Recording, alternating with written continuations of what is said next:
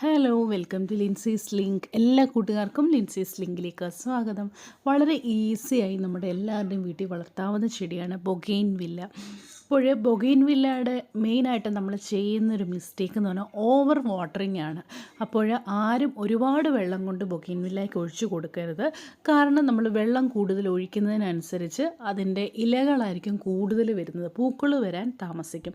അതുകൊണ്ട് തന്നെ വളരെ കുറച്ച് വെള്ളം ഒഴിച്ചു കൊടുക്കുക. ആഴ്ചയിൽ 1-2 പ്രാവശ്യം നനച്ചു കൊടുത്താൽ മതി. എന്നാൽ മാത്രമേ ബൊഗെയിൻവില്ല നല്ലതുപോലെ പൂക്കത്തുള്ളൂ. പിന്നെ അതിൻ്റെ ചുവട്ടിൽ യാതൊരു കാരണവശാലും കളകൾ വളരാൻ നമ്മൾ അനുവദിക്കരുത്. ഇതിപ്പോൾ ഒരു 10 മണി അറിയാതെ മുറിഞ്ഞ് വീണ് കിളിച്ചിരിക്കുന്നതാണ്. അതുകൊണ്ട് തന്നെ നമ്മൾ ഏറ്റവും നല്ല ഇമ്പോർട്ടൻ്റ് ആയിട്ട് ശ്രദ്ധിക്കേണ്ട ഒരു കാര്യം, കളകൾ വളർന്നു വരാൻ ഒരിക്കലും സമ്മതിക്കരുത്. പിന്നെ ഓവർ വാട്ടറിങ് ചെയ്യരുത്. ഈ 10 മണി ചെടിക്ക് നമ്മൾ കൂടുതൽ കൊടുക്കേണ്ടത് പൊട്ടാഷ്യം, ഫോസ്ഫറസും ചേർന്ന വളങ്ങളാണ്. ഇതാണ് കൂടുതലും നമ്മുടെ ചെടികളെ പൂക്കാൻ സഹായിക്കുന്നത്. അതുകൊണ്ട് നൈട്രജൻ കുറഞ്ഞ അളവിലുള്ള വളങ്ങൾ കൊടുക്കുക. നൈട്രജൻ കൊടുക്കുകയാണെങ്കിൽ കൂടുതൽ ഇലകളും അങ്ങനെയുള്ള ഗ്രോത്താണ് ഉണ്ടാകാറുള്ളത്.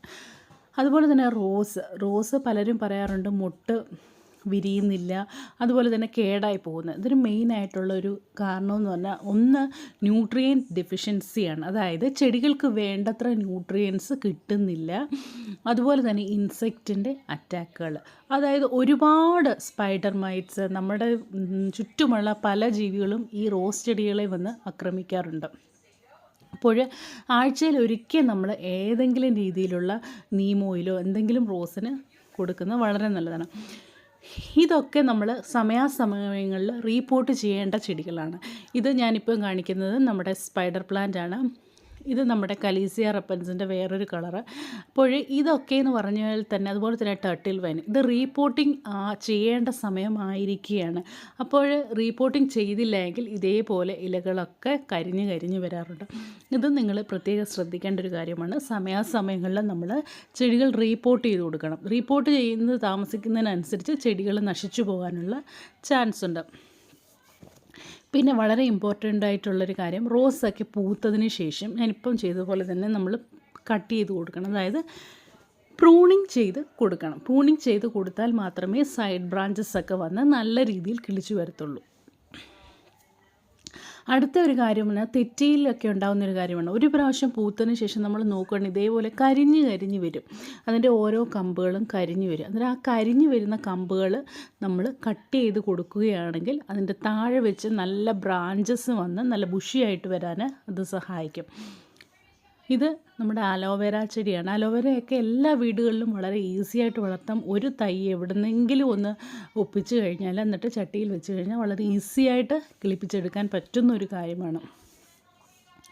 ഇതിന് ഒരുപാട് ആരോഗ്യ ഗുണങ്ങളുള്ളതാണ് കേട്ടോ ഈ അലോവേരയ്ക്ക്. ഇതിൻ്റെ ആ ജെല്ലെടുത്ത് നമ്മുടെ ഡ്രൈ സ്കിന്നിനും ഒക്കെ അപ്ലൈ ചെയ്യുകയാണെങ്കിൽ ഒത്തിരി നല്ലതാണ്.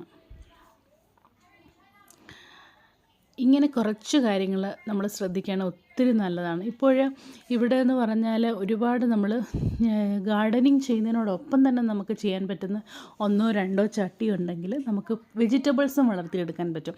അതുപോലെ ഈസി ആയിട്ട് നമുക്ക് കിട്ടുന്ന പച്ചമുളക് വളർത്താൻ അതായത് ഏത് ബിഗിനർക്കും വീട്ടിൽ ചെയ്തെടുക്കാൻ പറ്റുന്ന ഒരു കാര്യമാണ് പച്ചമുളക് കൃഷി. നമ്മൾ ഈ ഉണക്കമുളകൊക്കെ വാങ്ങിക്കുമല്ലോ, കടുക് വറുക്കാൻ വേണ്ടിയിട്ട് വാങ്ങിക്കുന്ന മുളകിൻ്റെ അരി ഇതേപോലെ ഗ്രോ ബാഗിലൊക്കെ ഇട്ട് വെക്കുകയാണെങ്കിൽ അത് കിളിച്ച് നല്ലതുപോലെ വരും.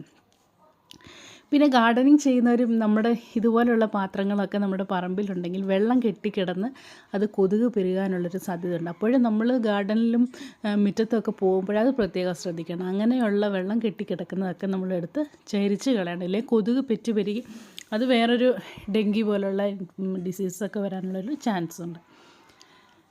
പിന്നെ ഇവിടുത്തേന്ന് പറഞ്ഞാൽ ഒരുപാട് തുളസി കിളിച്ചു വരും. അതിനും തുളസിക്ക് നമ്മൾ തൈ ഉണ്ടാക്കാൻ വേണ്ടി ഏറ്റവും മെയിനായിട്ട് ചെയ്യേണ്ട ഒരു കാര്യം, ഇതേപോലെ ഉണങ്ങിയ വിത്ത് കാണുമല്ലോ, ആ വിത്ത് നമ്മൾ ഇതേപോലെ ചട്ടികളിലേക്ക് ഇട്ട് കൊടുത്താൽ, അല്ലെങ്കിൽ അതിൻ്റെ ചുവട്ടിൽ തന്നെ ഇട്ട് കൊടുത്താൽ മതി.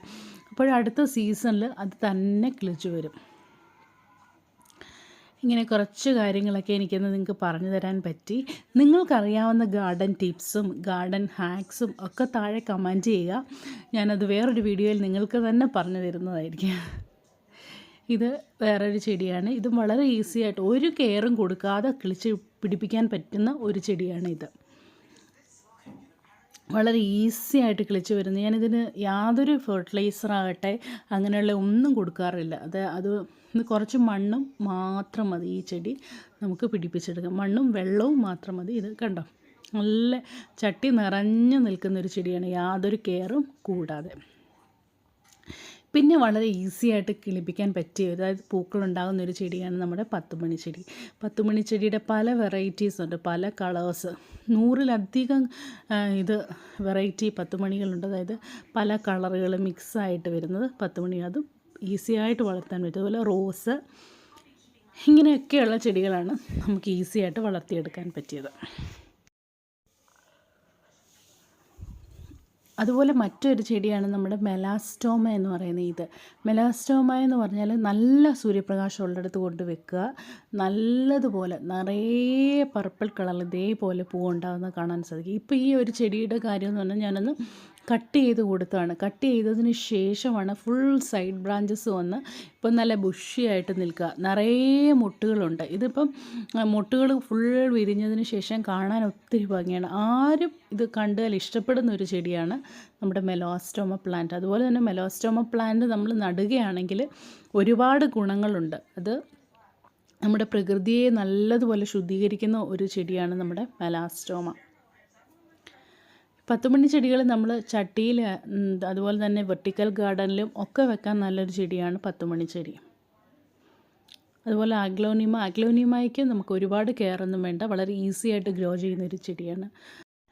കുറേ കമൻറ്റ്സും ടിപ്സൊക്കെ നിങ്ങൾക്ക് പറഞ്ഞു തരാൻ പറ്റി. അപ്പോൾ വീഡിയോ ഇഷ്ടപ്പെട്ടെങ്കിൽ തീർച്ചയായും ലൈക്ക് ചെയ്യുക, കമൻറ്റ് ചെയ്യുക, പിന്നെ നിങ്ങളുടെ ഫ്രണ്ട്സിനൊക്കെ ഷെയർ ചെയ്ത് കൊടുക്കുക. സബ്സ്ക്രൈബ് ചെയ്തിട്ടില്ലെങ്കിൽ സബ്സ്ക്രൈബ് ചെയ്യാൻ മറക്കരുത്. അപ്പോൾ ബൈ, സീ യു.